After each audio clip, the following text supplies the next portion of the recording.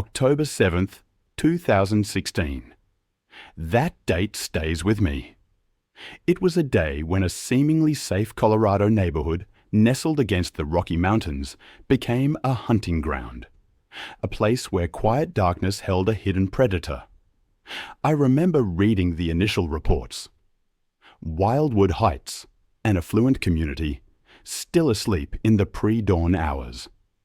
It had been built just 5 years earlier, modern homes backing onto open space, wildlife corridors weaving through. A 33-year-old woman named Lisa Hartwell, a marketing coordinator, was starting her usual 5 a.m. run. She'd moved there for that very blend, mountain living with city convenience.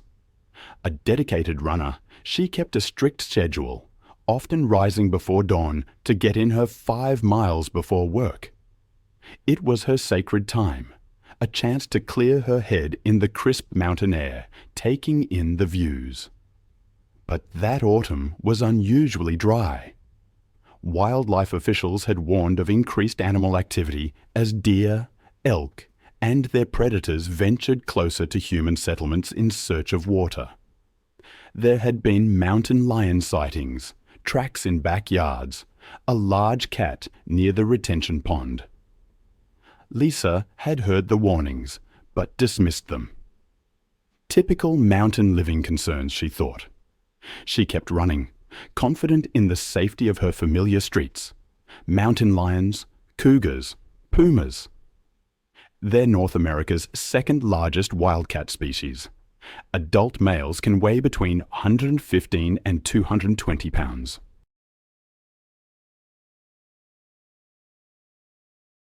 They are perfectly adapted for hunting in mountainous terrain, possessing incredible stealth, speed, and jumping ability. They can leap vertically up to 15 feet and horizontally up to 45 feet. Primarily ambush hunters, they rely on surprise attacks, targeting the neck and spine of their prey for a quick, fatal bite. As Lisa jogged through the darkness, a 140-pound male mountain lion was stalking a mule deer through a drainage culvert beneath the street. Lisa's approach disrupted the hunt, startling both the deer and the mountain lion. The deer bolted, disappearing into the darkness, leaving the frustrated predator crouched in the shadows. The attack was sudden. Lisa passed within 10 feet of the culvert when the mountain lion exploded from the shadows. It covered the distance in a single, powerful leap. His massive front paws struck Lisa between the shoulder blades, sending her crashing to the asphalt. His weight drove her to the ground. Her screams were cut short as his powerful jaws clamped down on the back of her neck, his 4-inch canine teeth puncturing through muscle and vertebrae. His razor-sharp claws raked across Lisa's back and shoulders, opening deep gashes that severed major blood vessels. The 140-pound cat used his strength to drag Lisa's body into the concrete culvert, seeking the protection of darkness while he fed. Lisa's body was recovered 3 hours later by police officers and Colorado Parks and Wildlife personnel.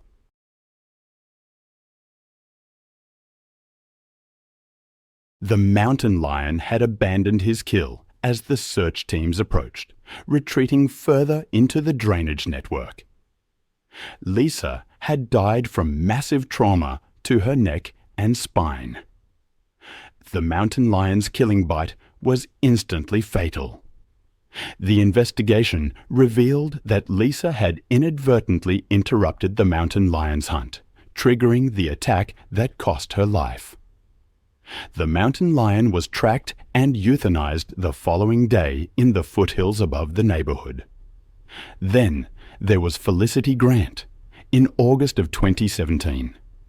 She arrived at Boulder County Open Space, a vast wilderness area known for its rugged terrain and diverse wildlife. The mountainous region stretched across thousands of acres of dense forest and winding trails. It attracted outdoor enthusiasts, but also served as prime habitat for mountain lions and other dangerous predators. Felicity Grant, a 39-year-old fitness influencer from Denver with over 5,000 social media followers, had planned what she called her ultimate wilderness transformation experience. She was known for her entitled attitude and her belief that her athletic superiority made her exempt from rules. She'd already caused multiple confrontations at the park entrance. Her demanding personality became evident when she berated the teenage park attendant for suggesting she read safety guidelines, claiming that someone of her fitness level didn't need advice from minimum wage employees.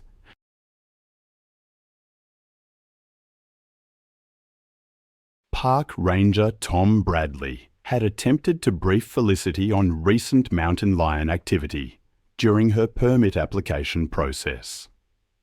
The area had experienced multiple cougar sightings over the previous month, including aggressive encounters that resulted in temporary trail close. Felicity became increasingly hostile, interrupting Tom repeatedly. There's a chilling case I remember reading about a hiker named Felicity. She was, by all accounts, incredibly arrogant and dismissive of local warnings. She insisted on running alone at dawn on a trail known for mountain lions, tearing down warning signs, convinced her athleticism made her invincible. It's a stark reminder that nature doesn't discriminate, no matter how elite you think you are. Felicity had even packed raw steaks in her backpack for a post-workout meal, a detail that, in retrospect, feels almost surreal in its carelessness. She began her run at 5:30 a.m., noise-cancelling headphones blasting music, completely oblivious to the world around her. Unbeknownst to her, a 140-pound male mountain lion had already established its territory in the area, drawn by the scent of fresh meat from over a mile away. The cougar began stalking her, using the terrain to its advantage, closing the distance with practiced stealth. As she rounded a bend, the mountain lion positioned itself on a boulder, a mere 15 feet above the path. When Felicity passed below, lost in her music and self-assurance, the mountain lion launched its attack.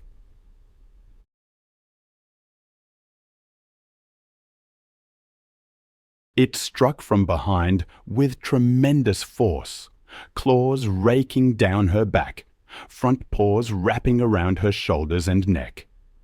The cougar's canine teeth found their mark with horrifying precision, clamping down on the back of her neck. Mountain lions kill their prey by severing the spinal cord, and this one executed the attack with deadly efficiency. The press applied by its jaws exceeded 400 pounds per square inch, instantly paralyzing Felicity from the neck down. She died within minutes, from a combination of spinal cord severance, massive blood loss, and suffocation. Her body was discovered 3 days later, the scene confirming the grim reality of a mountain lion attack and subsequent caching behavior. The story reminds me of another tragic case, though this one involved a different kind of predator, a dog named Diesel. It was December 3rd, 2014, and I remember reading about Jennifer Walsh, a 25-year-old veterinary student volunteering at a county animal shelter. She was determined to give every animal a second chance. She often gravitated toward the most difficult cases, the dogs marked with red cards, scheduled for immediate euthanization. Diesel was a 75-pound pit bull, scarred and seemingly filled with rage. He'd been surrendered after multiple bite incidents, including a severe attack on a child. The shelter's assessment was clear. He was too dangerous for adoption.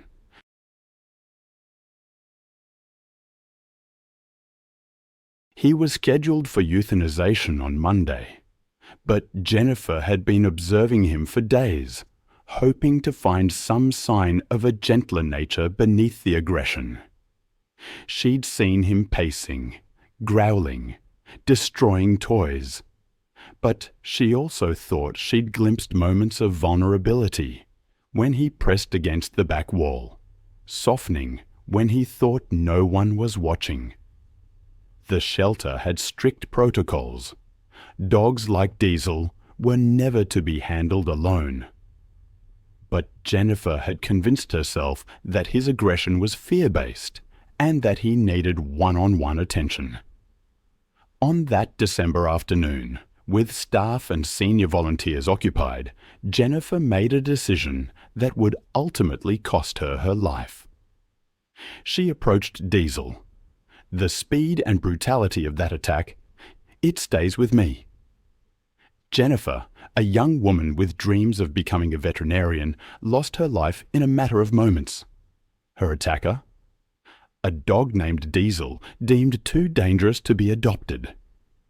It's a chilling reminder that even with the best intentions, some animals remain fundamentally unpredictable. I've read the reports, of course.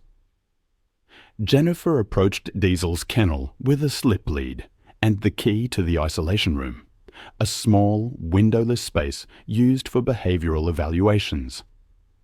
Diesel's reaction was immediate and threatening. His lips pulled back, revealing yellowed teeth. Hackles rose along his neck, and a low growl rumbled from his chest. Every aspect of his body language screamed danger.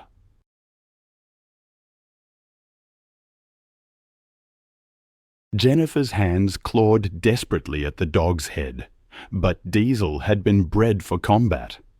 His grip unbreakable once engaged. The dog's powerful neck muscles allowed him to shake violently, tearing through tissue and bone while maintaining his hold. Blood sprayed across the concrete walls as Jennifer's struggles grew weaker, her body going into shock from the massive trauma. The attack was swift, brutal, and utterly without mercy. Other volunteers heard Jennifer's initial scream and rushed toward the isolation room, but the heavy door was locked from the inside. By the time they could locate the key and safely enter, Jennifer lay motionless on the concrete floor, her life ebbing away in the pool of blood. Diesel stood over her body, his muzzle stained red, his eyes still burning with the same aggressive intensity that had marked him for euthanization. Paramedics arrived within minutes, but Jennifer's injuries were beyond medical intervention. She was pronounced dead at the scene. Her dream of becoming a veterinarian ended by the very type of animal she hoped to save. Diesel was immediately sedated and euthanized, his death as swift and clinical as the attack that preceded it. The investigation that followed was thorough but predictable.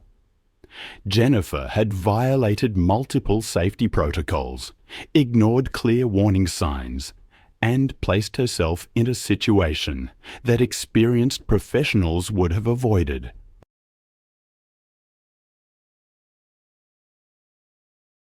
The shelter implemented new security measures, including electronic locks on isolation rooms and mandatory buddy systems for all volunteer activities. Jennifer's death became a cautionary tale in veterinary schools across the country, a reminder that good intentions and academic knowledge are no substitute for experience and proper safety protocols. Her family established a scholarship in her name, but requested that it go to students studying wildlife conservation rather than domestic animal care. A final acknowledgement that some animals, no matter how much love they're shown, remain fundamentally dangerous. It was April 17th, 2018, and the humid Florida air hung heavy over the grounds of Sunshine Primate Sanctuary, a controversial facility that claimed to rescue primates while actually exploiting them for tourist photographs. The 20-acre property housed over 30 primates in substandard conditions, generating revenue through photo sessions that legitimate sanctuaries would never permit. The afternoon sun beat down on concrete enclos where gorillas, chimpanzees, and other primates paced restlessly behind inadequate barriers. Jessica Rodriguez, a 31-year-old veterinary technician from Tampa, had visited the facility with her husband Carlos as part of what she believed was a legitimate conservation effort. Jessica had always been passionate about animal welfare, taking photos of animals throughout her career to document their care and recovery.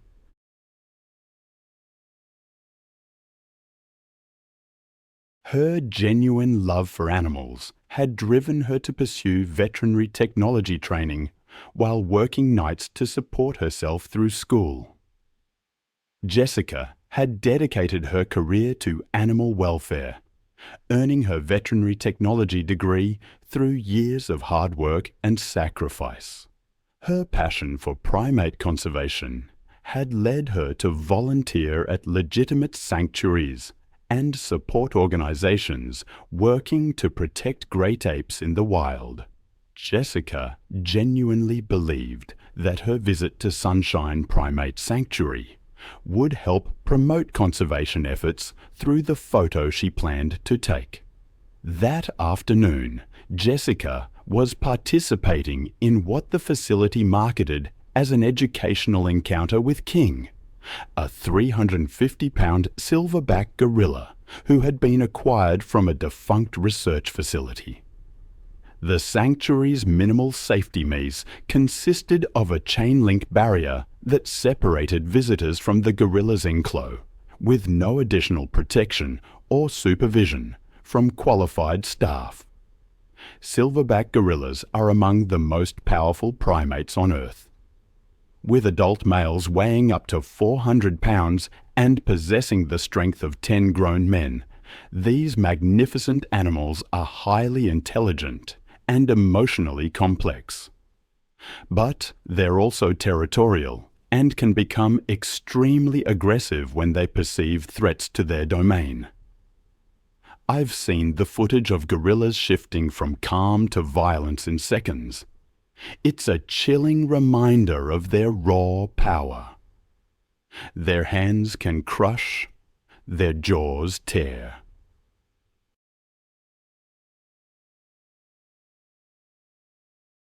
I remember one case that always stuck with me. Jessica, a photographer, approached a gorilla enclosure. She wanted to capture the animal's intelligence and emotional depth. The gorilla, King, seemed calm, observing the visitors with curiosity. Jessica began photographing him, hoping to share a conservation message through her portraits. But then she made a fatal decision. She reached through the fence, thinking physical contact would create a more powerful image. She mistook the gorilla's patience for friendliness, not realizing it was the calculated assessment of a territorial animal. King's reaction was instantaneous. He grabbed her arm with crushing force, pulling her against the chain-link fence. Her scream filled the air as his grip tightened, breaking bones. Others tried to help, but the gorilla's strength was overwhelming. He grabbed her head and shoulders, pulling her harder against the inadequate fencing. His territorial instincts took over. His powerful hands inflicted devastating trauma to her head, neck, and arms. Her struggles only seemed to increase his aggression, as he interpreted them as continued threats. Eventually, she grew weaker, succumbing to blood loss and crushing injuries. Even after she was gone, King maintained his grip, displaying threatening behavior. Emergency responders arrived, but it was too late.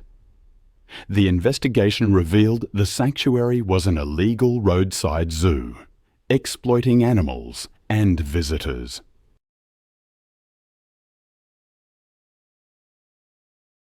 It was shut down, and King was moved to an accredited facility.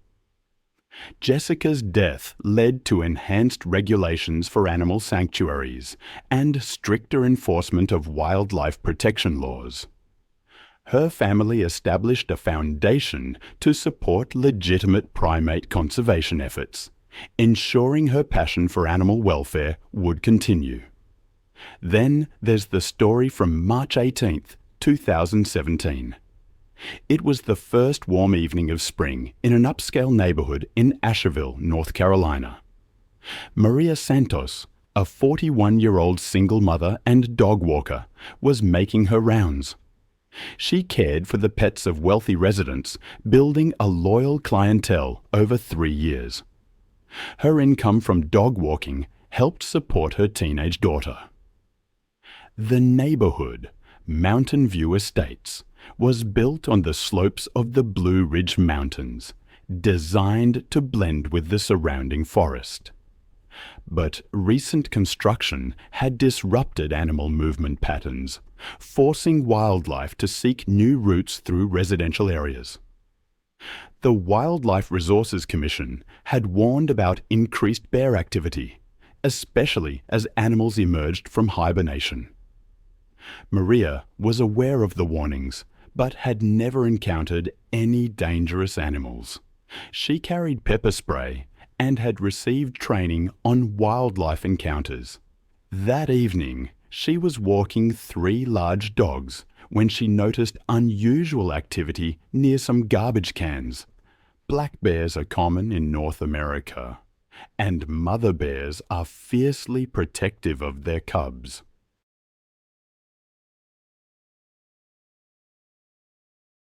Paramedics arrived but couldn't save her. The investigation revealed that improperly secured garbage had attracted the bear and her cubs, creating the conditions for the fatal encounter.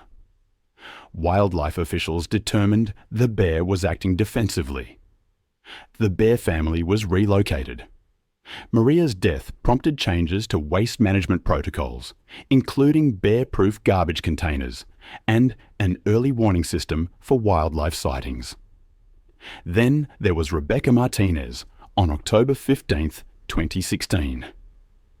The Georgia sun was setting over her 10-acre property, casting long shadows across a maze of makeshift kennels. The barking of 40 rescue dogs echoed across the land.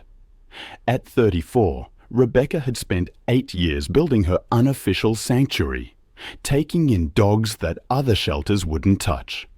The aggressive ones, the biters, the animals marked for euthanasia. Her recent divorce had left her financially strained and emotionally isolated, with only her dogs for company. Her neighbors had grown used to the noise, though some whispered concerns about the woman who seemed to care more about dangerous animals than her own safety. She rarely left the property anymore, moving between enclos with hands scarred from countless bites. Friends noticed she'd grown thinner, more withdrawn, speaking more about her dogs than anything else.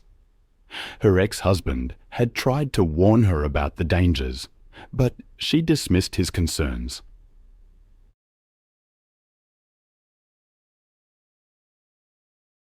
Even the feed delivery drivers had begun leaving supplies at the gate rather than approaching the compound.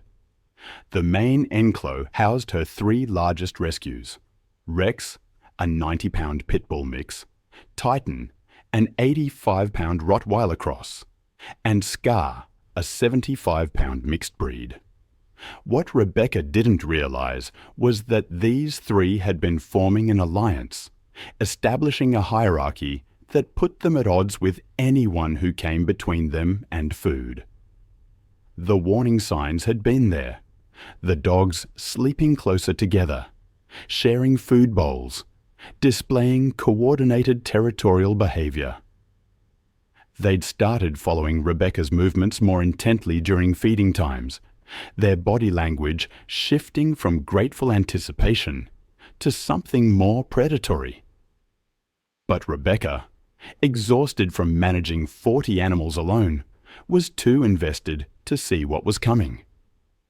I've always been drawn to stories where the familiar turns menacing, where the line between savior and prey blurs. There's a case I recall, a chilling incident where a woman named Rebecca, who ran an unlicensed animal rescue, met a tragic end.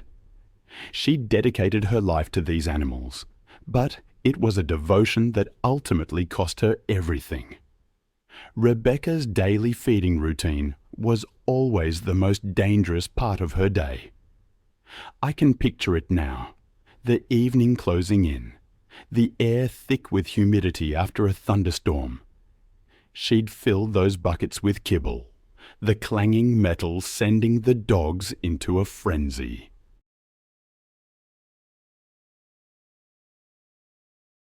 She'd stayed before and remembered the tranquility. She booked a chalet not just for rest, but to keep her running habit intact. The park's trails and guest roads were well marked and safe during visiting hours, or so she thought. Her chalet overlooked the fenced wolf sector, a layout designed to reduce stress. The animals were separated by barriers and double fences, and guests were told the viewing area was secure. Camille trusted the system. Her goal was a quick 2-mile jog before breakfast, just like at home. The zoo's landscape was a fusion of calm and controlled wilderness, with pine trees, sandy trails, and an artificial stream. At dawn, the service road and inner track appeared nearly identical, a known issue in drive-through parks. Beyond the chalet was a gravel service road used by rangers. The wolves' territory extended across nearly 20 acres. Grey wolves, the largest of the canids, can weigh over 100 pounds and run up to 35 mpc. Pack behavior revolves around cooperation. Most attacks on humans occur when the animals feel threatened or see unusual movement. But in captivity, stress can alter those instincts. That morning, a scheduled maintenance check had delayed some operations. Workers had opened an internal service gate near the chalet to move a vehicle through. Frost had iced the latch, preventing full engagement of the double lock. And when one worker got a call, he left without confirming it was secure. The gate's interlock, meant to be re-engaged, failed.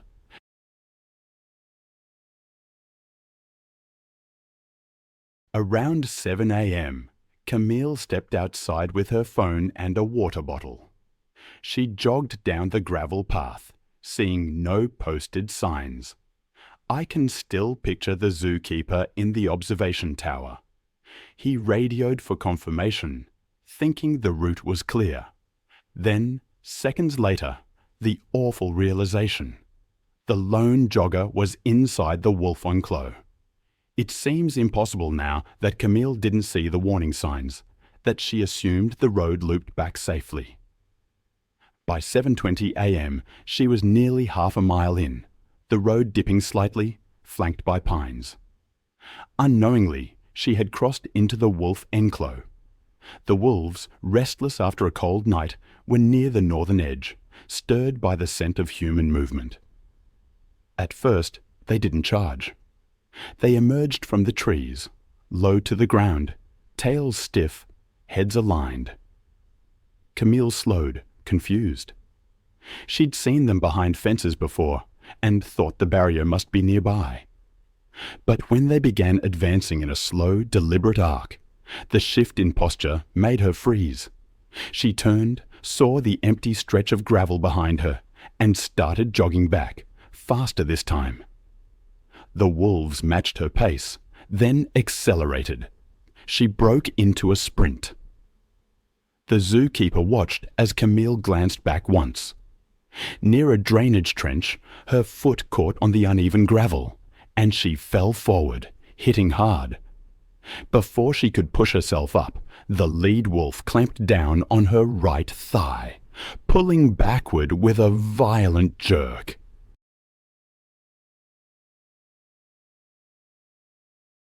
She twisted, trying to kick free, but another wolf lunged at her shoulder. Her scream carried across the enclosure, high and ragged. The zookeeper sounded the alarm. The response vehicle was rerouted, delaying arrival to just under 10 minutes. 2 more wolves joined, surrounding her as she tried to crawl toward the ditch. The lead wolf released and re-gripped higher, its teeth sinking into her hip. She struck out with her hands, scraping the gravel, trying to push herself forward. But one of the animals bit into her arm, shaking until it tore free. Within moments, she was on her back, thrashing as the pack pulled from opposite sides. She kicked weakly once more, then went still. Rangers arrived within 10 minutes. They found the wolves clustered over Camille's body, heads low and jaws working. Warning shots sent the pack scattering into the trees. 2 rangers approached as another called for a tranquilizer team. Camille lay on her side, clothing torn, deep bites from shoulder to thigh. One ranger checked for a pulse and found none. They covered her with a thermal blanket and secured the area until all 5 wolves were sedated. An autopsy confirmed death by exsanguination, massive blood loss due to multiple deep lacerations, and crushing trauma to the limbs. The body was transported under escort. That afternoon, Camille's family filed a civil lawsuit against the Thorizu Safari and its parent company, alleging gross negligence and breach of safety protocol.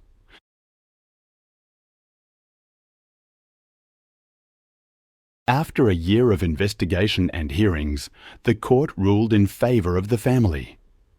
The park quietly settled without appeal. Following the incident, a criminal negligence inquiry and an independent enclo audit were conducted. Thorizu Safari implemented procedural retrofits, installing interlocks and alarms that trigger if any gate remains unlatched for more than 15 seconds. It was July 22, 2016, and the scorching Oklahoma sun beat down on the dusty grounds of Wild Art Big Hat Sanctuary, a privately owned facility nestled among rolling hills 30 miles outside Tulsa. The 50-acre property housed over 20 rescued lions, tigers, and other exotic cats, in a collection of chain-link enclosures that stretched across the rural landscape. The afternoon air shimmered with heat, while the distant sounds of roaring and pacing echoed from various habitats as the cats sought shade from the oppressive summer temperatures. Ashley Martinez, a 23-year-old college student from Dallas, had discovered the sanctuary through social media, while road tripping with her boyfriend Jake through Oklahoma's quirky roadside attractions. Ashley was constantly seeking unique photo opportunities for her personal memories. Having grown up taking pictures at every family vacation and special event, her phone was filled with daredevil shots from cliff edges, abandoned buildings, and extreme sports activities that showcased her fearless personality to friends and family.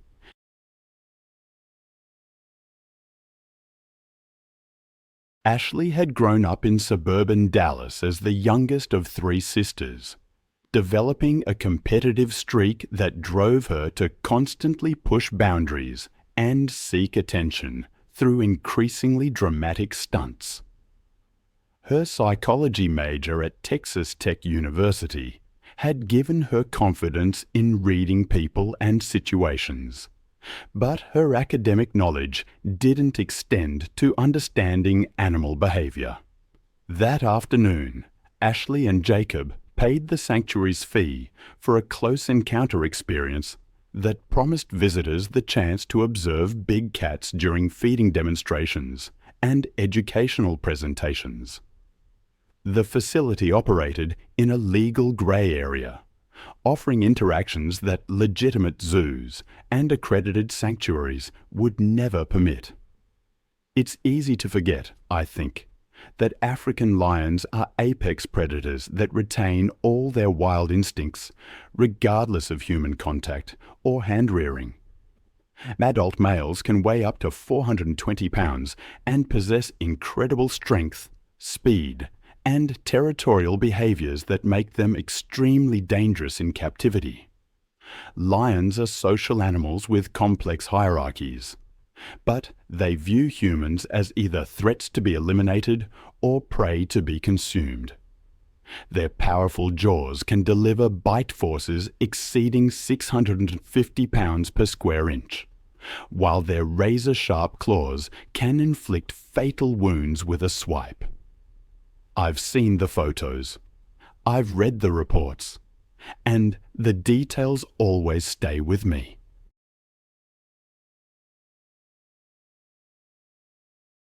Ashley's story, for example, is a stark reminder of how easily respect for wild animals can turn into tragedy. She was visiting a sanctuary, excited to see the animals, especially Caesar, a 400-pound African lion. He'd been hand-raised and seemed calm enough. But Ashley wanted the ultimate photo, a selfie with Caesar.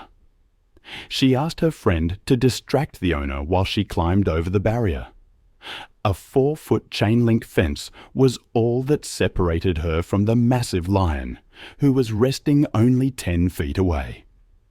His golden eyes followed her, but he didn't appear aggressive. So she crouched down, phone in hand, ready to capture the moment. But as she moved closer, Caesar's demeanor changed. His ears flattened and his tail began to twitch. The attack was sudden, explosive. Caesar's predatory instincts took over the moment Ashley adjusted her pose. Millions of years of evolution recognized her as prey.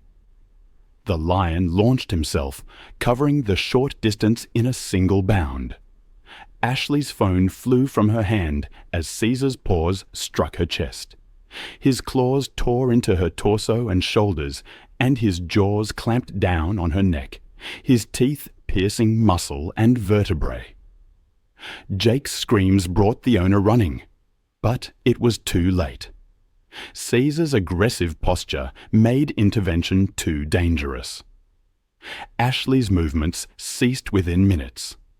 Emergency responders arrived, but there was nothing they could do.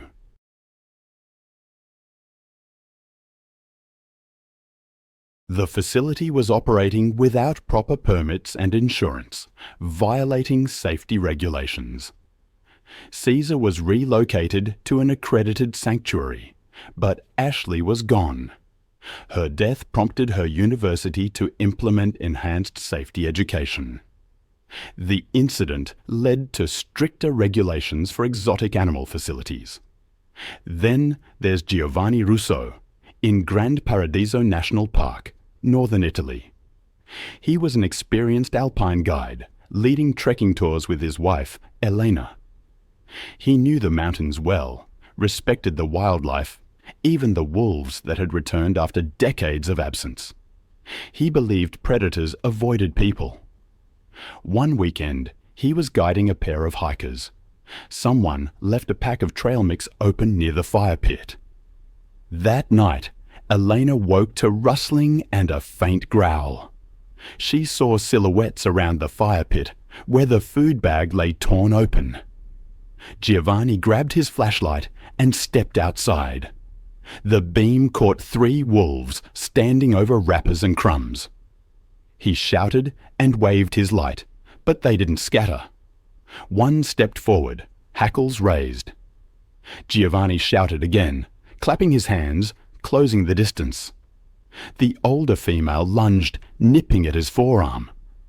Giovanni jerked back, but a younger wolf followed through, clamping down near his elbow. The bite struck deep, severing tissue. He fell backward, blood pulsing from his injuries. The wolves held their ground, circling the dropped food bag. Eleanor tore from the tent with a burning stick.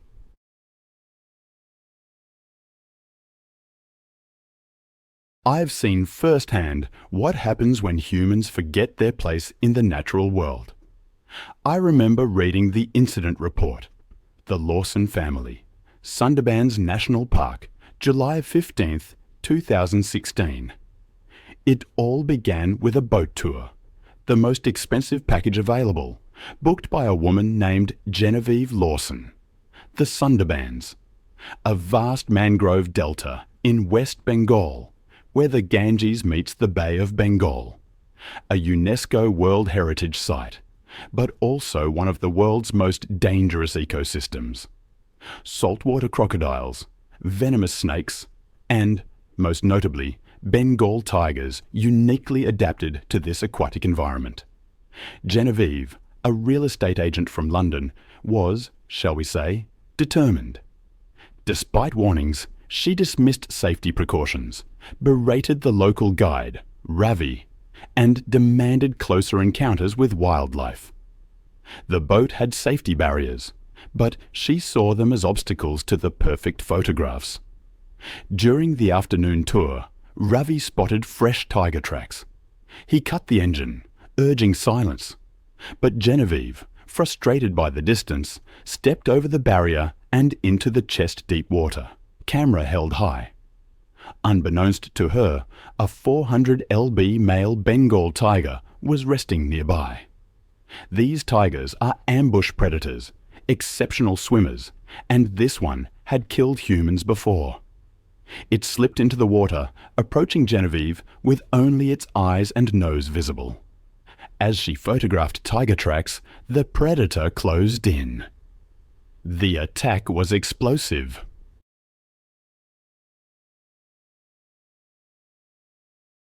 The tiger surfaced behind her, jaws clamping around her throat. Its teeth crushed her windpipe with over 1,000 lb of force. The tiger's signature killing technique: suffocation. Genevieve's body went rigid. The tiger pulled her backward into deeper water, maintaining its crushing grip. I can still picture the scene. Crushed windpipe, severed arteries, the victim forced underwater. Death came in minutes. The tiger held Genevieve down even after she lost consciousness, then vanished into the mangroves. It was November 15th, 2016, in the remote forests of Primorsky Krai, eastern Russia. Snow fell, silencing the usual sounds. Nikolai Baranov's radio had been silent since morning. He was 52 and had spent most of his life in those forests. A forestry worker, he managed patrols in the buffer zones near the Cody Allen Mountains, monitoring traps, logging boundaries, and poaching activity. He lived alone near Dalna, his routine built around the forest's rhythms. That week, he was to survey a hunting reserve after reports of wolves pushing closer to villages. He rode out before dawn on his snowmobile with bread, tea, a hand axe, and flares. Colleagues said he preferred working solo, claiming a second engine scared off wildlife. His assignment was simple: document animal tracks after the first full snow. Wolves had been increasingly active, driven from higher ground after a collapse in wild boar numbers.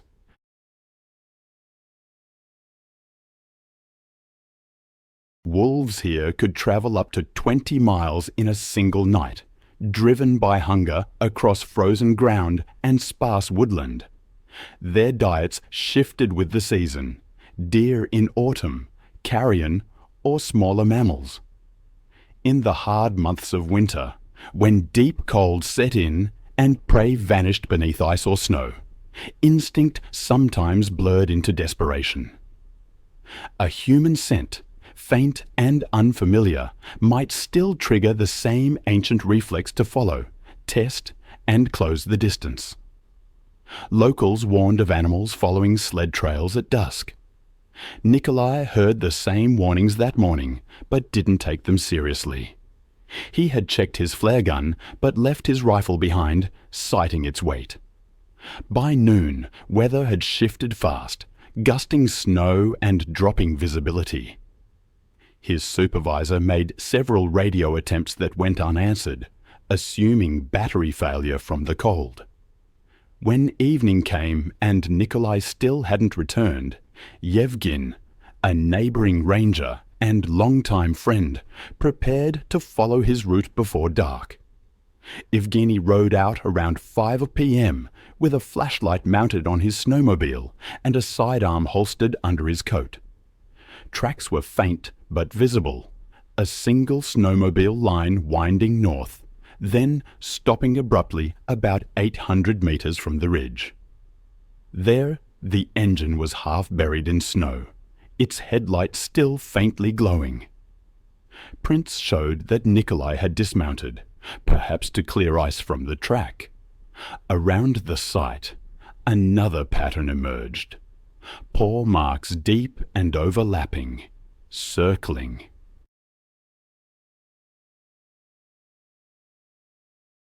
The snow bore drag lines, evidence of pacing.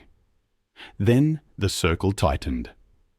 From that point, the scene unfolded through what Yevgeny later described as a sequence of struggle.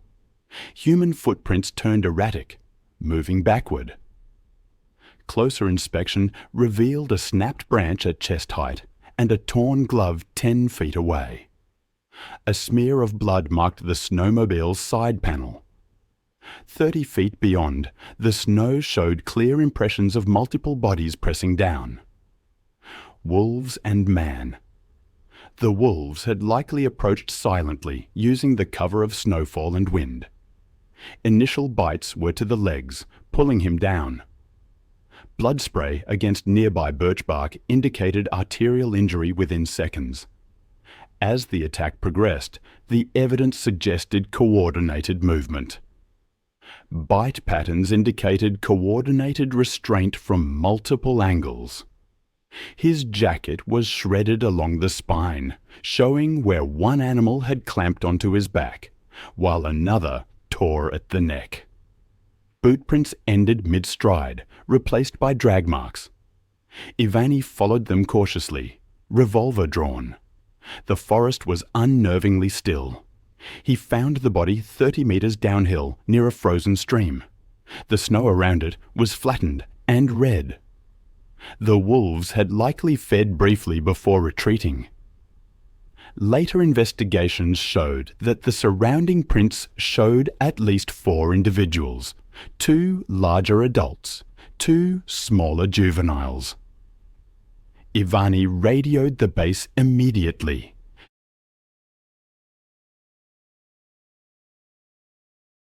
It took nearly an hour for a snow vehicle from the nearest post to arrive, by which time darkness had swallowed the clearing. The men lifted the body onto a tarp, careful not to disturb the bite patterns for analysis. The stench of blood lingered even in the cold. The pack didn't return, but distant howls echoed as the rescuers secured the area.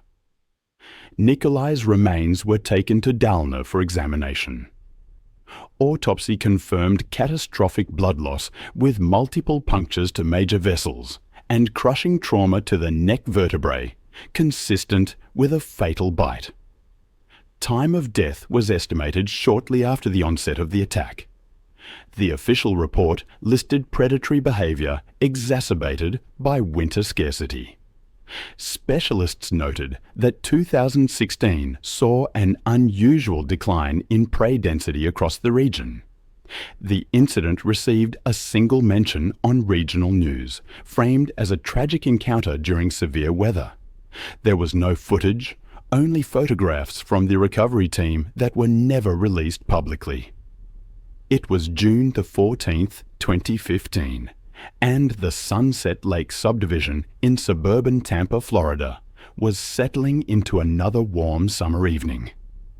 The gated community, built around a series of interconnected retention ponds and decorative canals, had been marketed as a tropical paradise for retirees seeking the Florida lifestyle.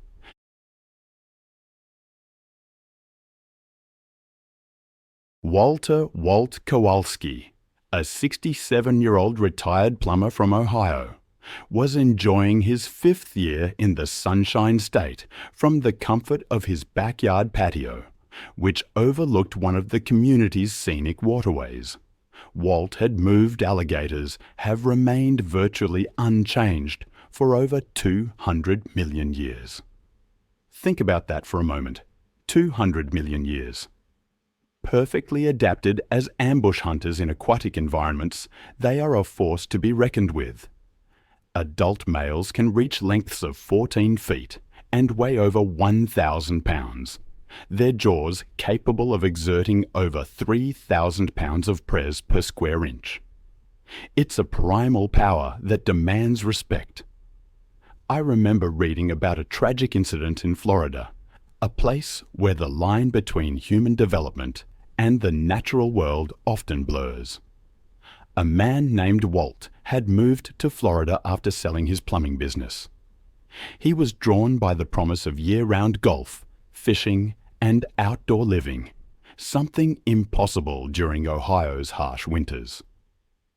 He bought a modest ranch home with direct water access, complete with a private dock where he could fish and feed the ducks that became regular visitors. Walt's evening routine was simple. Sitting on his patio with a cold beer, watching the sunset reflect off the calm water, and tossing breadcrumbs to the waterfowl. The Sunset Lakes community had been built on reclaimed wetlands, with developers creating a system of retention ponds and canals to manage stormwater and provide water features.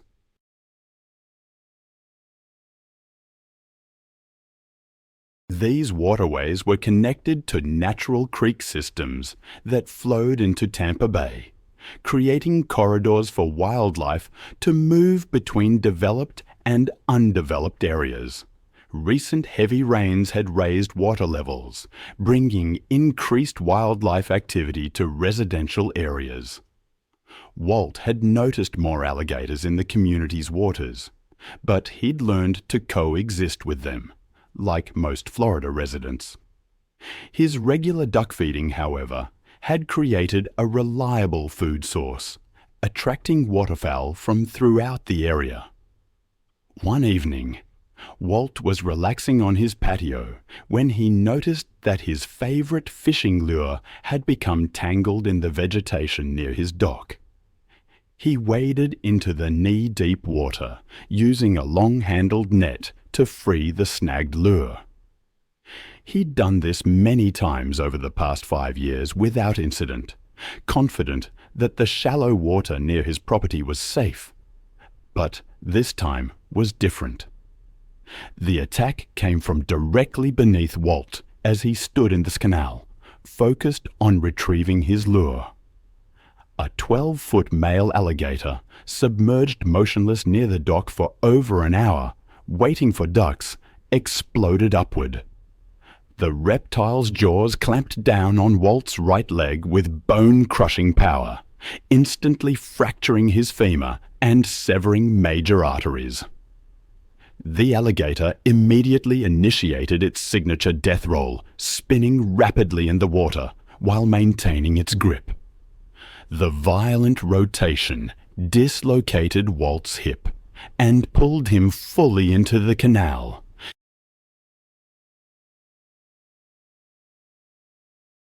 His engineering background gave him confidence in analyzing risks and solving problems. But his experience with dangerous wildlife was limited to black bears and mountain lions. He'd grown up in urban Seattle, developing his love of nature through weekend camping trips with his father and uncle. His methodical approach had made him successful, but it had also given him perhaps too much confidence in his ability to assess dangerous situations. Michael enjoyed taking photos of his travels to share with his family and friends. That afternoon, Michael joined a small group airboat tour that promised close encounters with alligators and other Everglades wildlife. The tour guide, a weathered Floridian with decades of swamp experience, repeatedly warned passengers to remain seated and keep their hands inside the boat at all times. Alligators. I've always been fascinated and slightly terrified by them.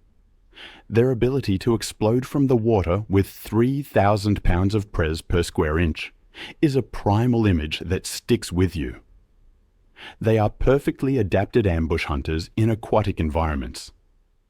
Adult males can reach lengths of 14 feet and weigh over 1,000 pounds. I recall reading about an airboat tour that took a tragic turn.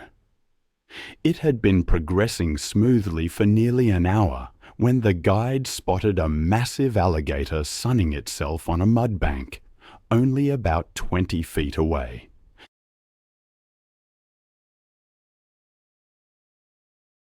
This reptile was exceptional, easily 12 feet long and weighing over 800 pounds. Its prehistoric form perfectly still in the afternoon heat. One of the tourists, Michael, began photographing the magnificent predator, excited to capture images of such an impressive animal to show his colleagues back in Seattle. His enthusiasm, unfortunately, overtook his caution as he leaned farther over the boat's edge to get closer shots. The fatal moment arrived when Michael's phone slipped from his grip and began falling toward the dark water. Without thinking, he lunged forward, extending his body over the side of the airboat, desperately trying to catch his expensive device before it disappeared into the swamp. The massive alligator had been monitoring the boat's presence with predatory patience, and Michael's sudden movement triggered its attack response immediately. The 800-pound reptile exploded from the mud bank with terrifying speed, its powerful tail propelling it through the water like a missile aimed directly at Michael's exposed position. The alligator's massive jaws clamped down on Michael's outstretched arm with bone-crushing force. Its 3,000 pounds of bite pres instantly shattering bones and severing major arteries. Michael's scream of shock and pain echoed across the swamp as the reptile's momentum pulled him completely over the side of the airboat and into the murky water.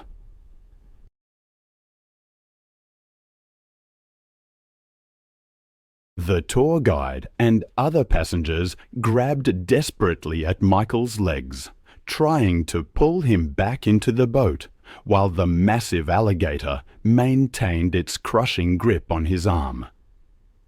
The alligator immediately began its signature death roll, spinning rapidly in the water while maintaining its devastating grip. Michael's struggles grew weaker as the combination of massive blood loss, crushing injuries, and drowning overwhelmed his body. The alligator's grip never loosened as it continued the death roll with mechanical precision, each rotation causing additional trauma while ensuring its prey could not escape. Within minutes, Michael's movement ceased as the alligator's brutal assault proved fatal. The massive reptile dragged his body into deeper water, where it disappeared beneath the surface with its kill.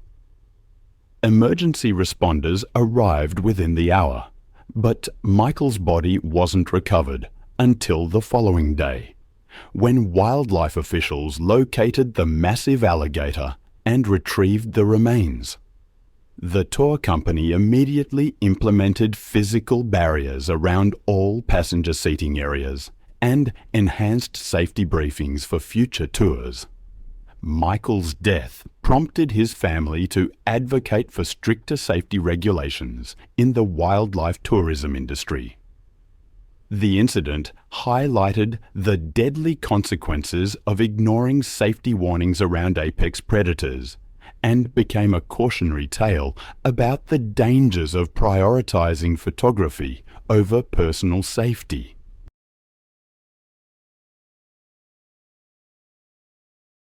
On a completely different note, it was July 8, 2017, and the Detroit summer heat shimmered off abandoned lots as Maria Santos loaded her car with dog food and water. At 28, she'd spent 5 years walking dogs by day and feeding Detroit's feral population by night. Recently laid off, she'd been spending more time in dangerous neighborhoods, trying to help animals most people considered beyond saving. The economic collapse had hit Detroit hard, leaving entire neighborhoods abandoned and creating perfect breeding grounds for packs of wild dogs. These weren't lost pets. They were second and third generation feral animals that had never known human kindness, surviving by scavenging and defending territory with savage efficiency. Maria's regular route took her through 6 abandoned lots, each home to a different pack. She knew their hierarchies, feeding schedules, and individual personalities. But the newest group concerned her the most. 6 dogs led by a large German Shepherd mix she'd nicknamed Alpha, including several animals she didn't recognize. This pack was hungrier, more aggressive, and less predictable than the others. But Maria's compassion overruled her caution. These animals needed help, and she was the only one willing to provide it. As twilight settled over the abandoned neighborhood, Maria parked near the lot where Alpha's pack had made their home.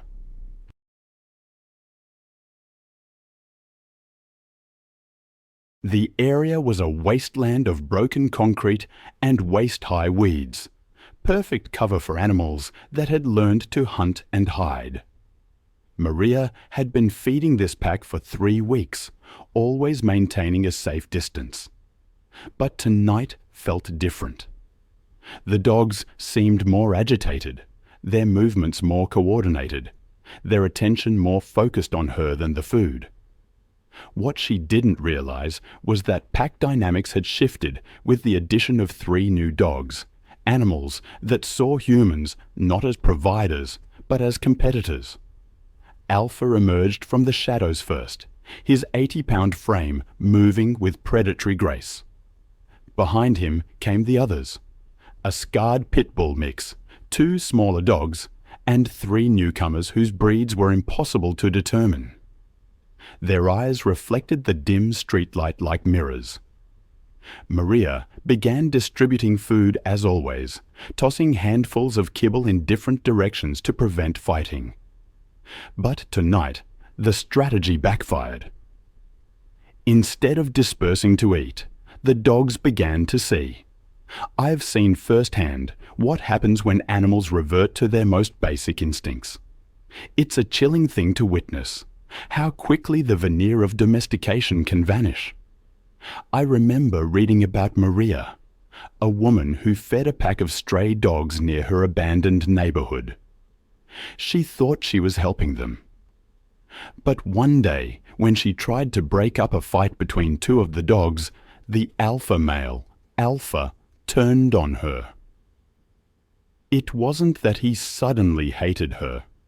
It was simply that his pack instincts took over.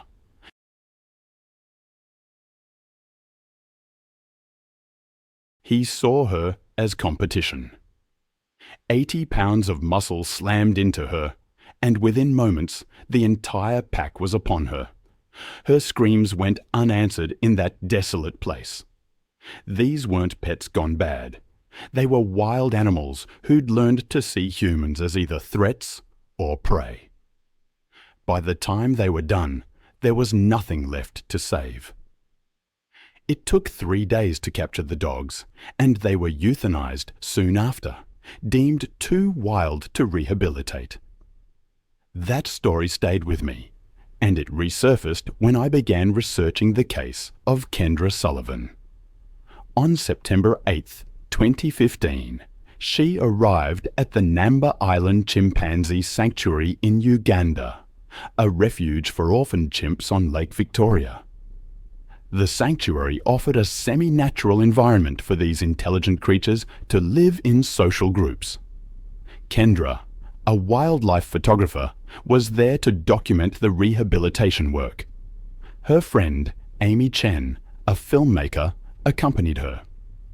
Dr. James Mukasa, the sanctuary's director, grew concerned as Kendra dismissed safety briefings, demanding access to restricted areas for better photos. Peter Sally, a caretaker, warned her about the unpredictable nature of the chimpanzees. But Kendra brushed off his concerns, believing her experience with domestic animals gave her some innate understanding of animal behavior that transcended species. The sanctuary housed 49 rescued chimpanzees, many traumatized by poaching or the illegal pet trade.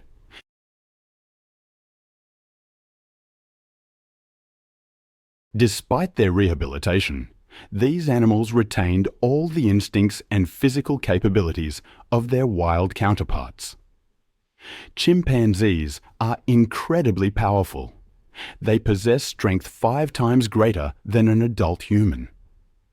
Males can weigh up to 150 pounds, stand over 4 feet tall, and have a grip strength exceeding 1,300 pounds per square inch, enough to crush bones.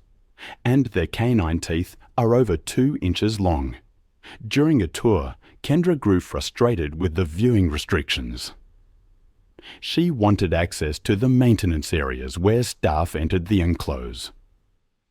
Dr. Mukasa repeatedly explained that these areas were strictly off-limits due to the danger. While the group was observing the chimpanzees, Kendra noticed an unlocked gate leading to a maintenance corridor. Despite the warnings, she slipped away, convinced her experience with domestic animals had prepared her for anything. The maintenance area brought Kendra within reach of Bosso, the sanctuary's dominant male, a 150-pound chimpanzee rescued as an infant 15 years prior. Bosso had shown aggression toward unfamiliar humans and was considered one of the most dangerous animals. He was resting near the barrier when he detected Kendra's presence. Chimpanzees are highly territorial and view unfamiliar humans as threats. Bosso immediately became agitated by Kendra's intrusion.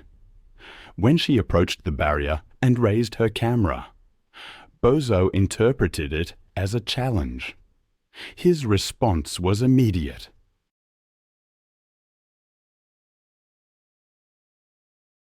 For 2 men, it seemed like another routine trip into familiar woods.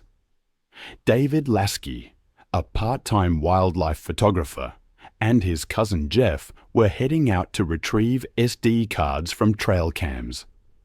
They'd grown up hunting and fishing together, familiar with the rhythms of the wild.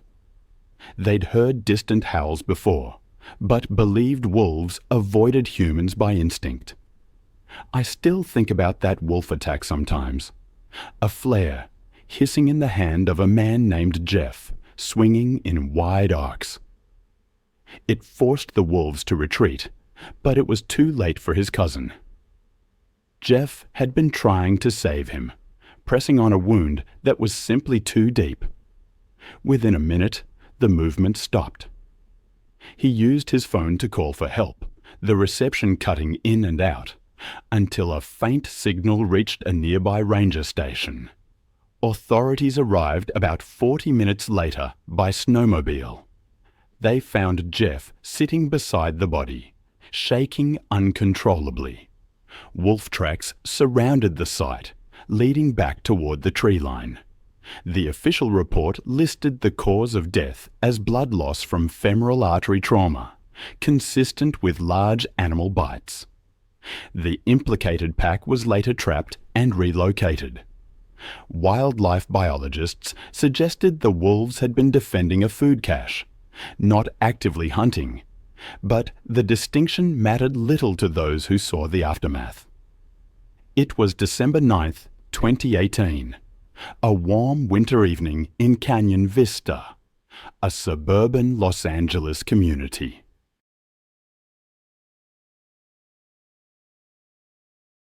This residential development was built where urban sprawl met the wild chaparral of the Santa Monica Mountains. Homes perched on steep slopes offered spectacular views of the city below.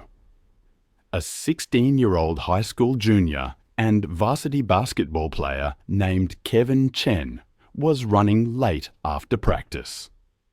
He decided to take his usual shortcut through an undeveloped lot, rather than follow the longer route along the main road. Kevin was an honor student and star athlete who balanced academic excellence with athletic achievement. He lived with his parents and younger sister in a modern home that backed up against the natural open space that made Canyon Vista such a desirable address. Kevin often used the informal trails and vacant lots to move quickly between his home and school, a practice that had never caused any problems during his 4 years in the neighborhood.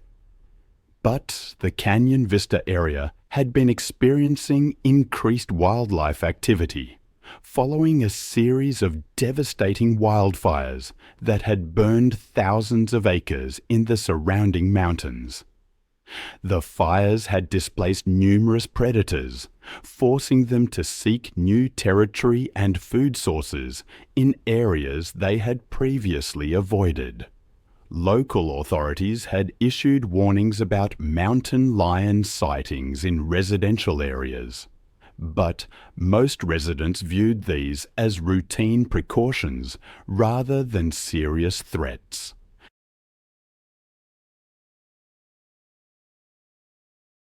Kevin was aware of the wildlife warnings, but had never encountered any dangerous animals during his frequent use of the neighborhood's informal trail system. He carried his basketball gear in a backpack and typically moved quickly through the undeveloped areas, confident that his familiarity with the terrain and his athletic ability would keep him safe from any potential threats. Mountain lions are solitary predators that require large territories to support their hunting needs. Adult males control ranges of up to 100 square miles. Juvenile males are particularly dangerous as they establish new territories, often displaying more aggressive behavior than experienced adults. These young cats are less skilled at hunting natural prey and may target easier victims, including domestic animals and occasionally humans. Mountain lions are capable of incredible stealth and can stalk prey for extended periods before launching surprise attacks from close range. As Kevin jogged through the overgrown vacant lot, he was unaware that an 80 lb juvenile male mountain lion had been using the area as a hunting ground for domestic cats and small dogs that wandered from nearby homes. The young cat had been displaced from his natal territory by an older, more dominant male and was desperately seeking to establish new hunting grounds that could support his survival.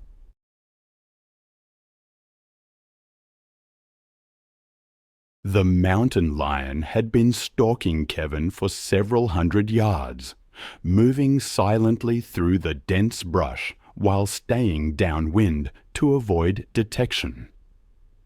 The cat's hunting instincts were triggered by Kevin's size, movement pattern, and the fact that he was alone and vulnerable in the predator's newly claimed territory. The attack came from behind as Kevin navigated through a particularly dense section of chaparral. The 80 lb mountain lion launched himself from the brush with explosive force, his powerful hind legs propelling him through the air to land squarely on Kevin's back. The impact drove Kevin face first into the rocky ground, while the cat's claws found purchase in his shoulders and back. The mountain lion's jaws clamped down on the back of Kevin's neck, his 4-inch canine teeth puncturing through muscle and vertebrae. His bite force targeted the spinal cord. Kevin's attempts to fight back with his backpack proved futile against the cat's superior strength and positioning. The mountain lion's razor-sharp claws raked across Kevin's shoulders and torso, opening deep gashes that caused massive blood loss. Kevin's screams for help echoed through the hillside community, alerting residents in nearby homes to the emergency unfolding in the vacant lot. Several homeowners called 911 while attempting to locate the source of the disturbance. But the dense vegetation made it difficult to pinpoint Kevin's exact location.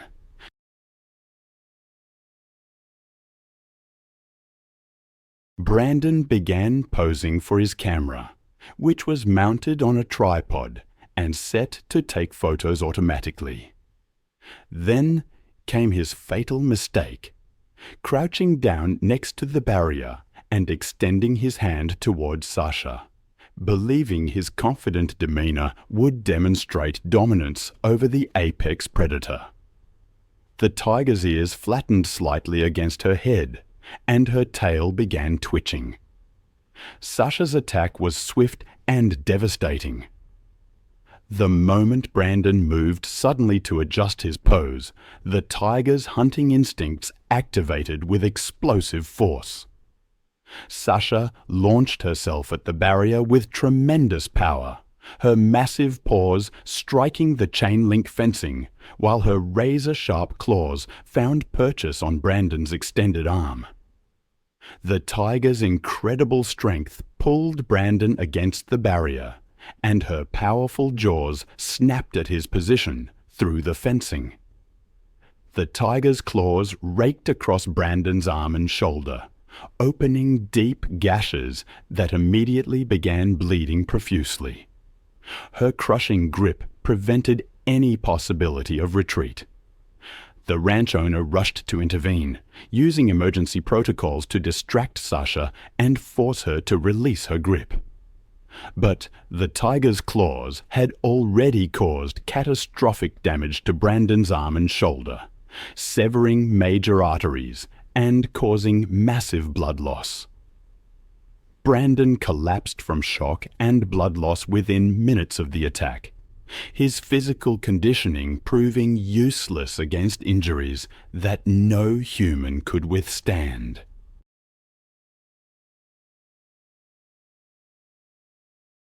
I keep thinking about Brandon, the fitness model. He died from massive trauma and blood loss after being attacked by a tiger during a photo shoot. Emergency responders arrived quickly, but it was too late. His death and the circumstances surrounding it still haunt me. The ranch where it happened was operating without proper permits, flouting state regulations about public safety around dangerous animals. Sasha, the tiger, was moved to a sanctuary, and the facility was shut down. The tragedy prompted more safety education, but it all felt so inadequate. His family sued, arguing that the lack of safety measures led to his death. Then there's Tommy Rodriguez, August 19th, 2013. The Missouri heat, the stench of neglect clinging to his property. He was running an illegal breeding operation, puppy mills. For over a decade, he'd been doing it, but financial troubles forced him to cut corners, and those corners would ultimately lead to his demise. His 20-acre property was a maze of kennels in converted sheds, housing around 80 dogs. Tommy specialized in popular breeds, selling them for high prices to unsuspecting buyers who never saw where these pets came from. But the real money came from the security. 4 massive dogs patrolling the perimeter, 2 cane corsos, over 120 pounds each, and 2 mastiff mixes, nearly 140 pounds. These weren't pets. They were weapons, trained to be aggressive. The financial press building for months. Veterinary bills, feed costs, maintenance.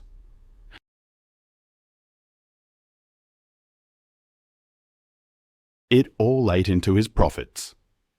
Increased scrutiny from animal welfare organizations forced him to be more careful, but he cut back on everything: food, medical care, even basic maintenance. The guard dogs, once fed premium meat, were reduced to scraps and cheap kibble. He didn't understand that hungry guard dogs were exponentially more dangerous. Hunger sharpened their instincts, made them more territorial, and reduced their tolerance for humans.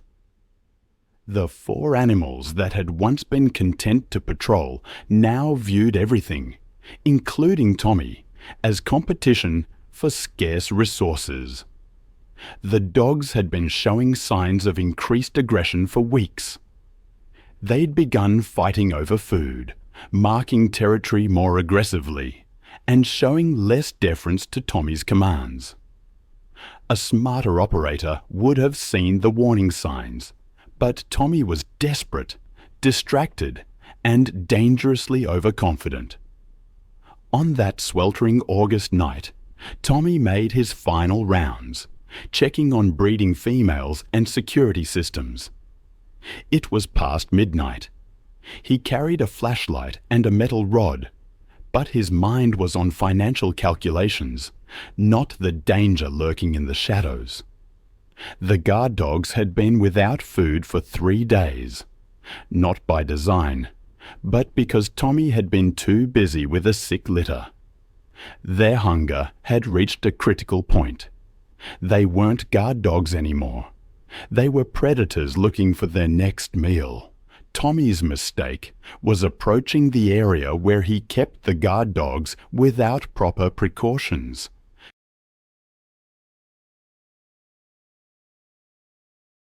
Normally, he would have fed them first. Exhaustion had made him careless, and he walked directly into their domain, carrying only a flashlight and false confidence.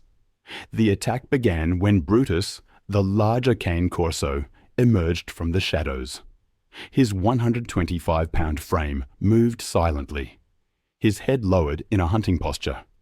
Behind him came the others, Titan, Rex, and Scar. Tommy realized the danger too late.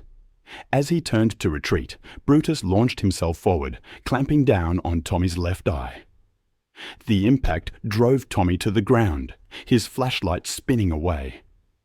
The other 3 dogs joined the attack within seconds. Rex grabbed Tommy's right arm, crushing bone. Titan went for the torso, tearing through flesh. Scar circled, darting in to bite. Tommy's screams echoed across the countryside. The dogs worked with the coordination of experienced predators, focusing on disabling their prey. They had learned patience in their previous lives, and hunger had made them methodical in their violence. The assault continued for nearly 20 minutes, the dogs taking turns feeding on Tommy while he was still alive. His struggles grew weaker, but the animals showed no mercy. They had been conditioned to view violence as normal, hunger as constant, and humans as either threats or food sources. I'll never forget the story of Tommy. His body lay broken, partially consumed, in the dirt near his dog feeding area. The very animals he used to protect his illegal operation became his undoing.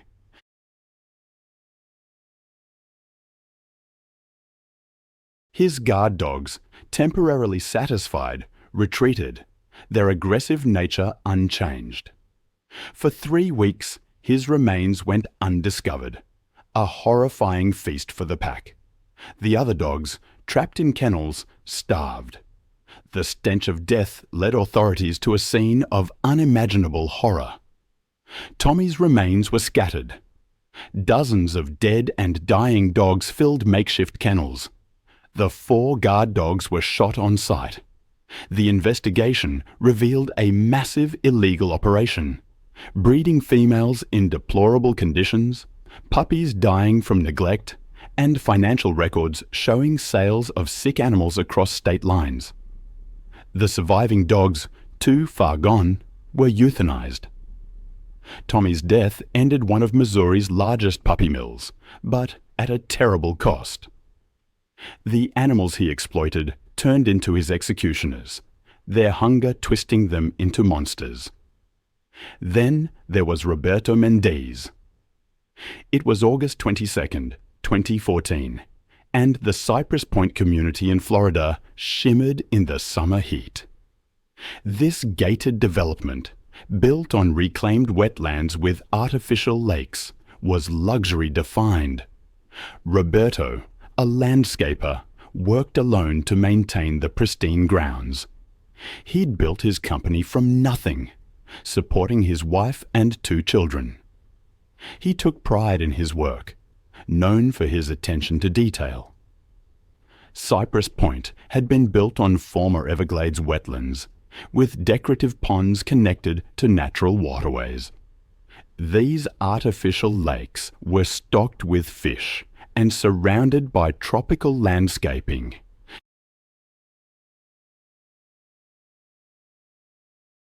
Heavy rains had raised water levels, creating ideal conditions for wildlife movement. Roberto knew Florida's wildlife, respected it, and always checked water features before working. That afternoon, he was trimming bushes around a pond when his hedge trimmer slipped into the water. American alligators are perfectly camouflaged ambush predators. Adult females can mere 8 to 10 feet and weigh up to 200 pounds, possessing incredible speed and power. They're most dangerous when protecting nests or when surprised. Their bite force exceeds 2,000 pounds per square inch, and their death roll is designed to drown prey. Roberto waded into the pond to retrieve his trimmer, assuming it was safe. It appeared peaceful, well-maintained, with no sign of wildlife. He'd worked around similar features hundreds of times. But the moment his feet touched the muddy bottom, a 10-foot female alligator exploded into action, clamping her jaws on his right leg. The bite fractured his tibia and fibula, severing arteries. The alligator initiated her death roll, spinning rapidly while maintaining her grip. The violent rotation pulled Roberto into the deeper water. His screams echoed across the manicured grounds as the alligator continued her relentless death roll. The spinning dislocated his knee and hip, causing massive internal bleeding. The pond's clear water turned red as Roberto's struggles weakened. A homeowner heard his cries and rushed to investigate.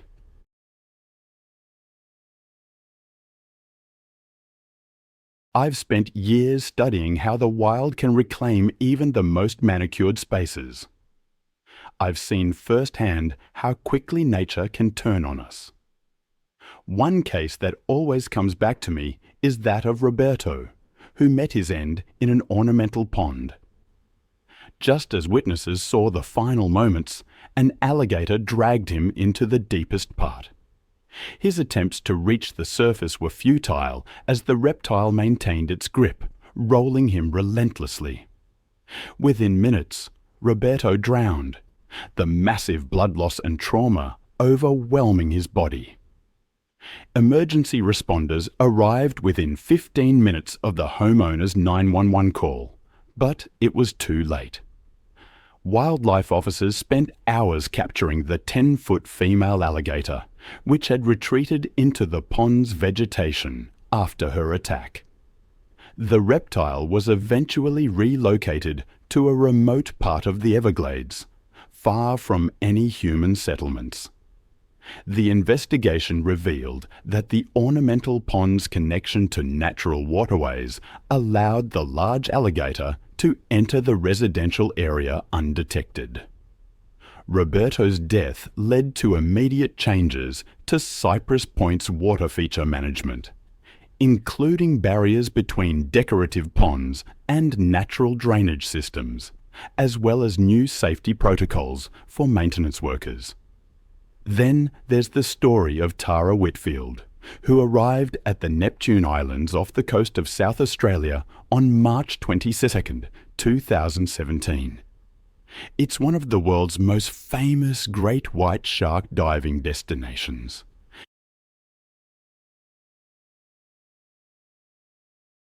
The remote, rocky outcrops jutted from the Southern Ocean, surrounded by crystal-clear waters plunging to depths of over 200 feet. These nutrient-rich waters served as a natural highway for migrating great whites, drawing these massive predators to hunt the abundant seal colonies.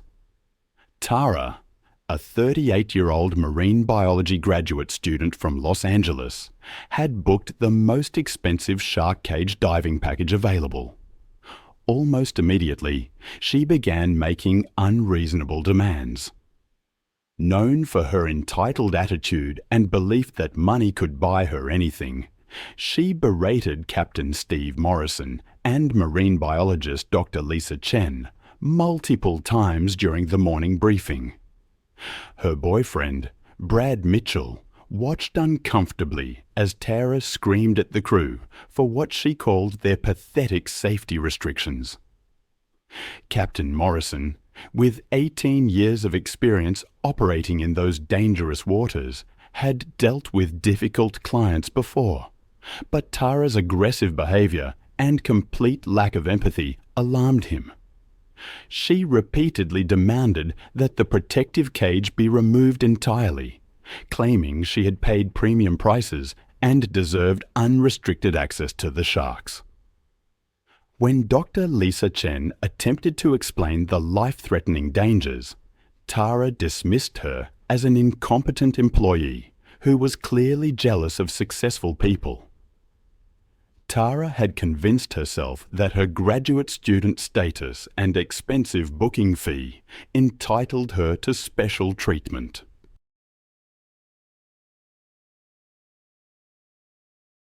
She threatened to destroy the company's reputation online and file lawsuits if the crew didn't provide her with the extreme experience she demanded. Her complete disregard for safety became evident when she suggested that crew members should enter the water first to test whether the sharks were dangerous. The waters around Neptune Islands hosted some of the largest great white sharks on Earth, apex predators that have ruled these seas for over 400 million years. These magnificent hunters can reach lengths of over 20 feet and weights exceeding 4,000 pounds, with massive triangular heads housing rows of razor-sharp, serrated teeth. Each tooth measures up to 3 inches in length and is designed to slice through flesh and bone with devastating efficiency. Great whites possess the most powerful bite force of any living creature, capable of exerting over 4,000 pounds per square inch of crushing press. The crew had successfully attracted multiple great white sharks using a carefully prepared chum mixture. Among the predators was a massive 18-foot female, estimated to weigh over 4,000 pounds, that had been feeding aggressively on the bait. The enormous shark displayed classic hunting behaviors, circling the boat with calculated precision, while investigating the steel diving cage. Before entering the water, Tara secretly loosened the connections on her diving regulator, planning to create a fake equipment malfunction that would justify exiting the protective cage.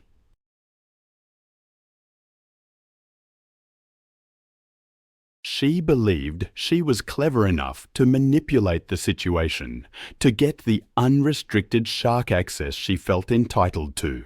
Once submerged in the protective cage, Tara immediately began signaling fake distress to the surface crew, pointing frantically at her sabotaged regulator. Captain Morrison initiated emergency procedures to bring her to the surface.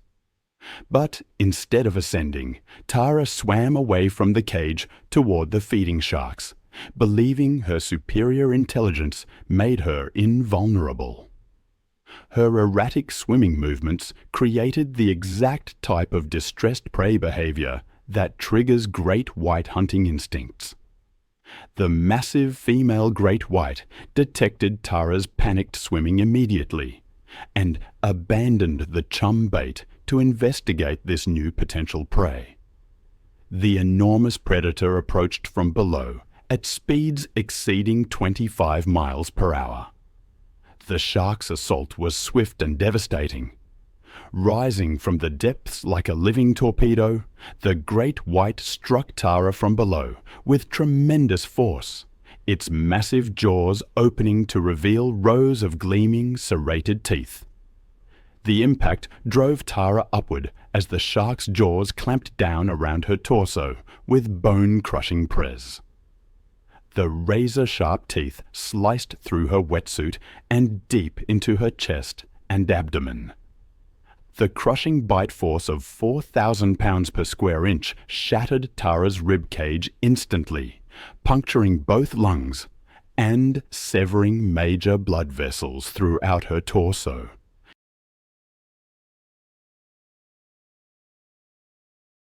The shark's powerful jaw muscles continued applying press, while its head thrashed violently from side to side, the signature feeding behavior that allows great whites to tear away large chunks of flesh.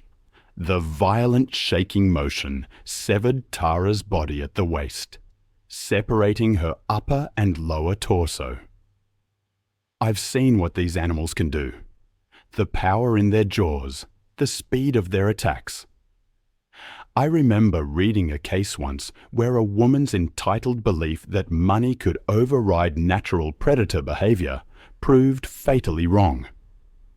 She deliberately sabotaged equipment during a shark cage diving operation, violating safety protocols. The investigation revealed her actions after she was consumed by the shark. Stricter regulations were implemented, and her family filed lawsuits, seemingly displaying the same sense of entitlement that led to her demise. It was March 22, 2015, and the Alabama sun was beating down on Harold Thompson's property. I can almost see it now. Kennels scattered across 5 acres of red dirt, barking dogs echoing in the heat.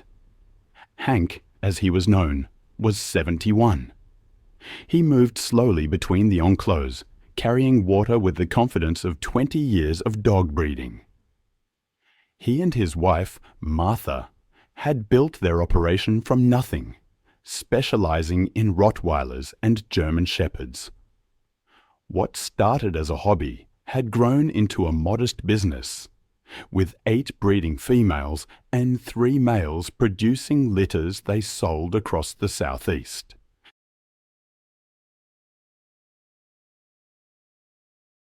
But age, it seems, had made Hank careless about safety protocols.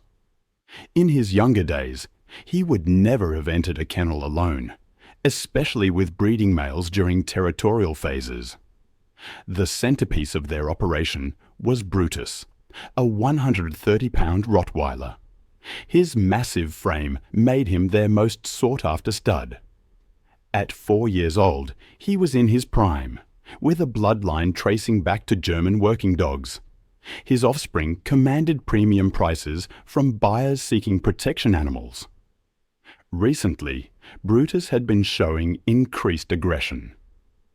A minor injury to his left rear leg had left him limping and irritable, causing him to snap at Martha when she tried to examine the wound. The veterinarian had prescribed pain medication, but the dog's temperament had grown increasingly unpredictable.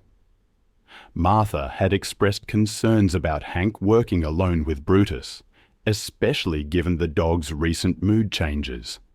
But Hank dismissed her worries with stubborn confidence. He'd raised Brutus from a puppy and believed their bond was unbreakable. On that March afternoon, Martha had driven into town for supplies, leaving Hank alone with the dogs. The kennels needed cleaning. Water bowls required filling. Work Hank had done thousands of times before. Brutus watched from his kennel as Hank approached, the dog's dark eyes tracking every movement with intensity that should have served as a warning.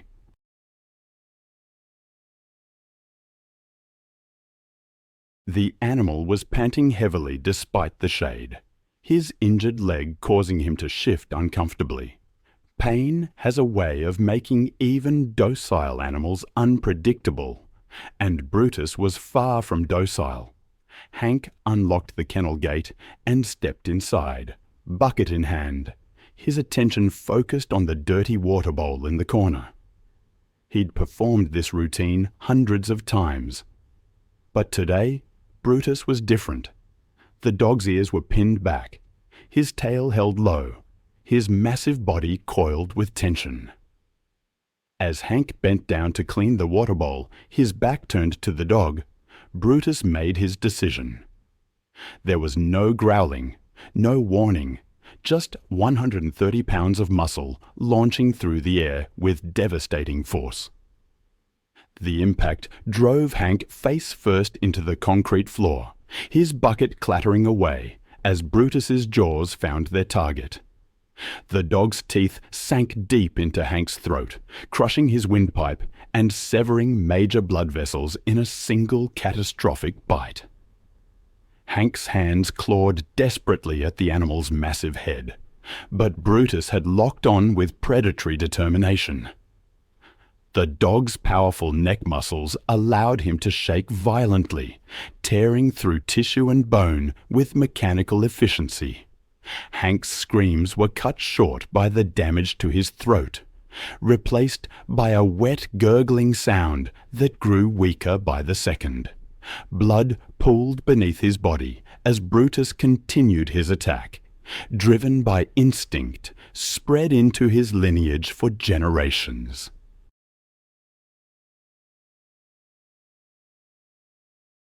The assault lasted less than 3 minutes, but the damage was irreversible. When Brutus finally released his grip, Hank lay motionless on the kennel floor, his life ebbing away in the Alabama heat. Martha returned home 2 hours later to find the property strangely quiet.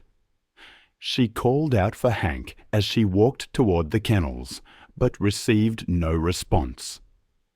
When she rounded the corner and saw Brutus standing guard over her husband's body, the full horror became clear. The dog's reaction to Martha's presence was immediate and threatening. He positioned himself between her and Hank's body, his lips pulled back in a snarl. Martha backed away slowly, dialing 911 from her truck. Sheriff's deputies arrived within 20 minutes. But Brutus refused to allow anyone near Hank's body. After consulting with animal control, the decision was made to shoot Brutus rather than risk additional casualties. The massive Rottweiler died with 3 bullets in his chest. The investigation concluded that Hank's death was a tragic accident caused by his failure to recognize warning signs of an aggressive, injured animal. The breeding operation was shut down, the remaining dogs relocated, and Martha was left to grieve both her husband and the animal that had been part of their family. It was September 3rd, 2013, near the Toklat River in Denali National Park, Alaska. By early afternoon, the wind had dropped and the landscape stood still, open and silent.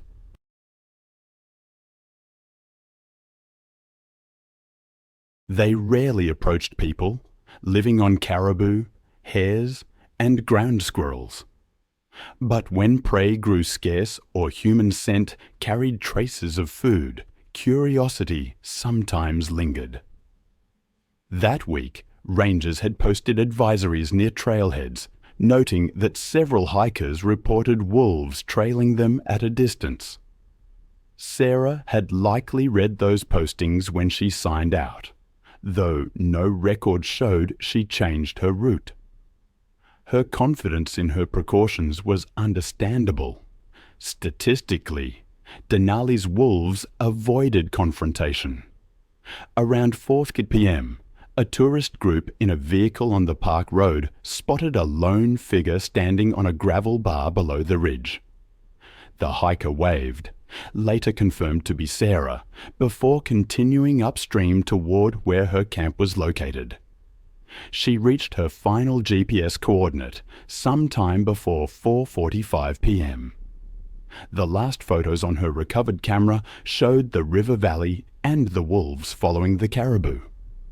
Tracks found later indicated she moved off the main gravel bar toward higher ground, likely planning to cut inland. The first sign of struggle began about half a mile from her tent. Her GPS unit recorded erratic movement, rapid looping, then a sudden stop. Investigators reconstructed what happened next through physical evidence and predator behavior analysis.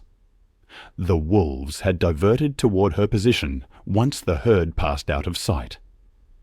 Sarah likely saw them at a distance as she deployed her bear spray once.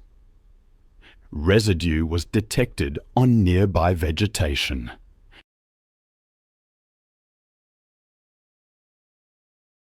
Wind readings that afternoon showed a westward shift causing partial blowback of the spray mist.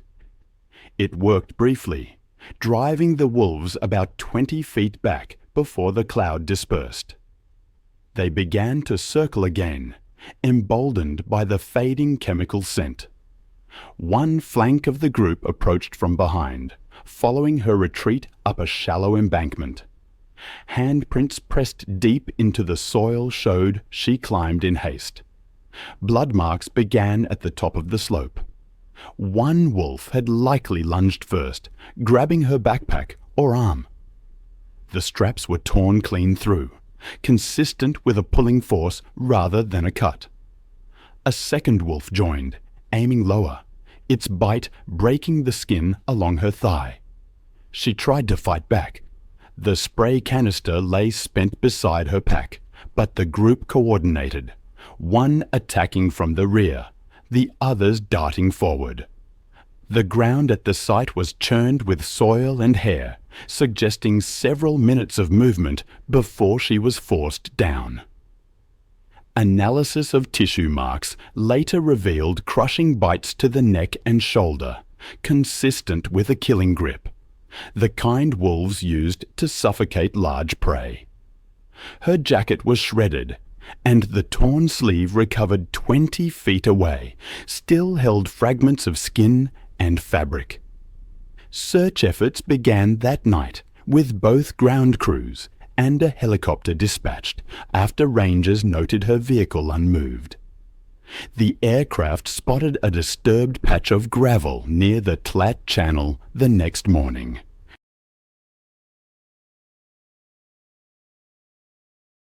Sarah's body lay partially covered by soil and debris, her left arm missing, likely carried off by scavengers after the attack.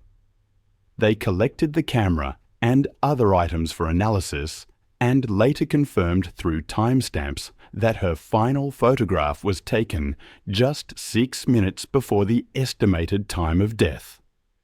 The park temporarily closed multiple backcountry zones along the migration corridor. Genetic sampling confirmed the wolves belonged to the Talat pack. Investigators determined the attack began as a predatory test or prey proxy response that escalated fatally, but with no repeated approach or food-seeking behavior observed, no removals were ordered. At a private debrief, rangers explained the findings to Sarah's parents, who later issued a short statement urging that the park not punish what it protects. It was April 14, 2018, when Monica Barrett arrived at Everglades National Park in Florida, one of the largest tropical wilderness areas in the United States. The vast wetland ecosystem stretched across 1.5 million acres of sawgrass marshes and shallow waterways that served as home to some of North America's most dangerous predators. The park's intricate network of channels created the perfect habitat for massive American alligators. Monica Barrett, a 44-year-old divorce attorney from Miami, had booked a solo kayak tour to clear her head after a difficult custody case.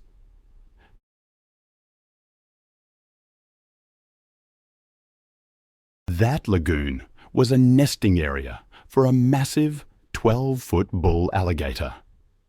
The 800-pound reptile, already fiercely defending his territory, detected the vibrations from Monica's paddle strokes.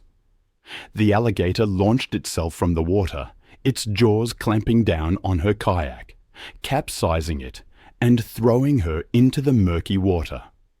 The alligator, seeing her as a threat, clamped its jaws on Monica's torso, its teeth puncturing her life jacket and piercing deep into her chest and abdomen. The crushing bite shattered ribs and punctured lungs. Then came the death roll, a violent spinning motion meant to disorient prey and cause massive internal trauma. The alligator spun Monica through the water, its grip unyielding. The violent rotation tore muscles and caused catastrophic internal injuries.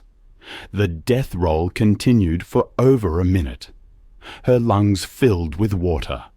Her ribs were ground against each other. The combination of trauma, drowning, and blood loss proved fatal within minutes. Tommy radioed for help, but it was too late. Then, on May 14, 2017, in Great Smoky Mountains National Park, another drama unfolded. Sarah Johnson, a 29-year-old nurse, was hiking with her fiancé, Tom. They were celebrating their engagement, taking photos as they explored the trails. Sarah loved nature photography, and her medical background gave her a practical understanding of emergencies.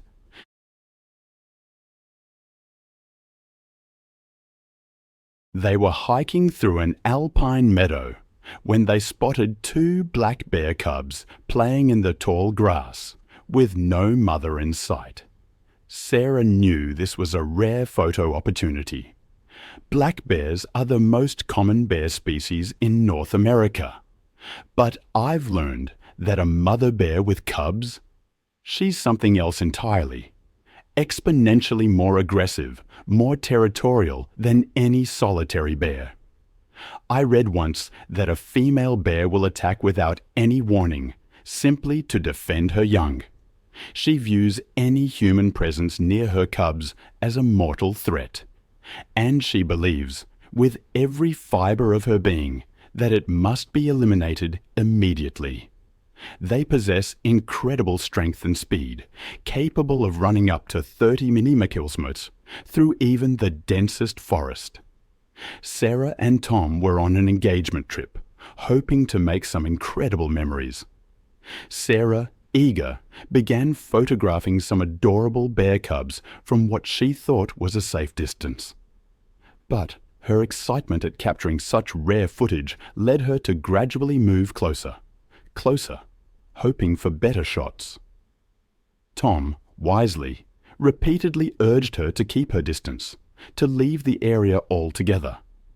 But Sarah was convinced the mother bear wasn't nearby.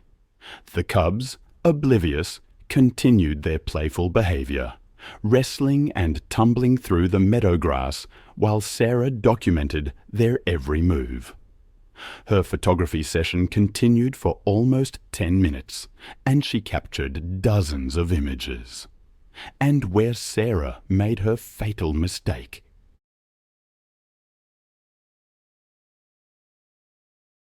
She positioned herself between the cubs and their natural escape route to the forest edge.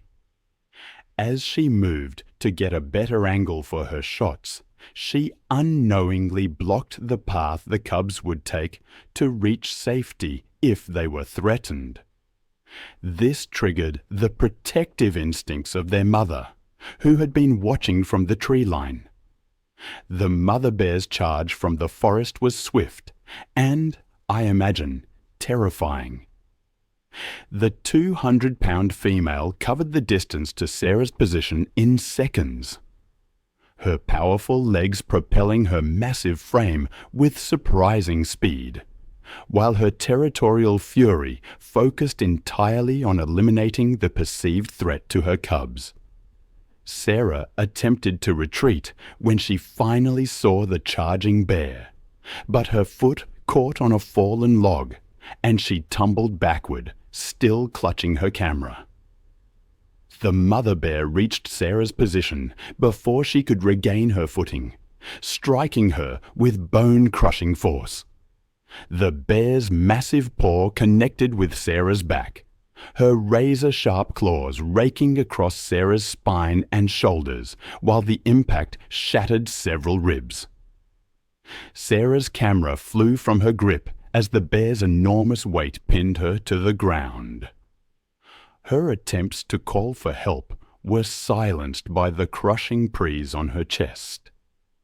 The mother bear's powerful jaws clamped down on Sarah's neck, her crushing bite force fracturing vertebrae and severing vital arteries.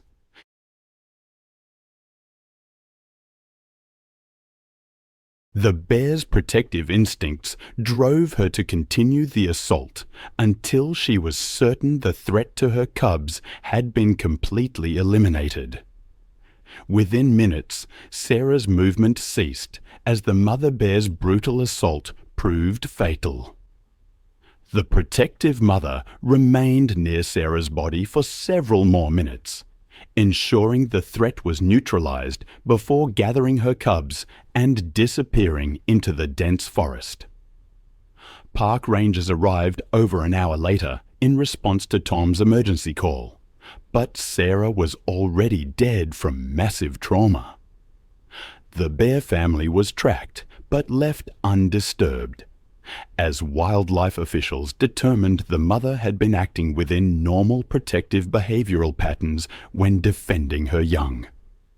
Sarah's death devastated the hiking community and prompted enhanced educational programs about wildlife safety and proper distance protocols.